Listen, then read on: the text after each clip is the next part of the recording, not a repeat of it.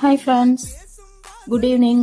நம்ம ப்ரோஜோன் மாலில் பார்த்தீங்கன்னா குட்டீஸ்க்காக சம்மர் லீவுக்கு ஒரு ஈவெண்ட் மாதிரி நடத்துகிறாங்க. ஃபேஷன் ஷோ மாதிரி. நான் எதாச்சியே போயிருந்தேன், அப்போ பார்த்தேன். நல்லா இருந்துச்சு. நிறைய குட்டீஸ் வந்து பார்ட்டிசிபேட் பண்ணாங்க. எல்லாருக்கும் சர்டிஃபிகேட் கொடுக்குறாங்க. பெஸ்ட்டாக பண்ணுற குட்டீஸ்க்கு ப்ரைஸஸ் கொடுப்பாங்களான் இருக்குது.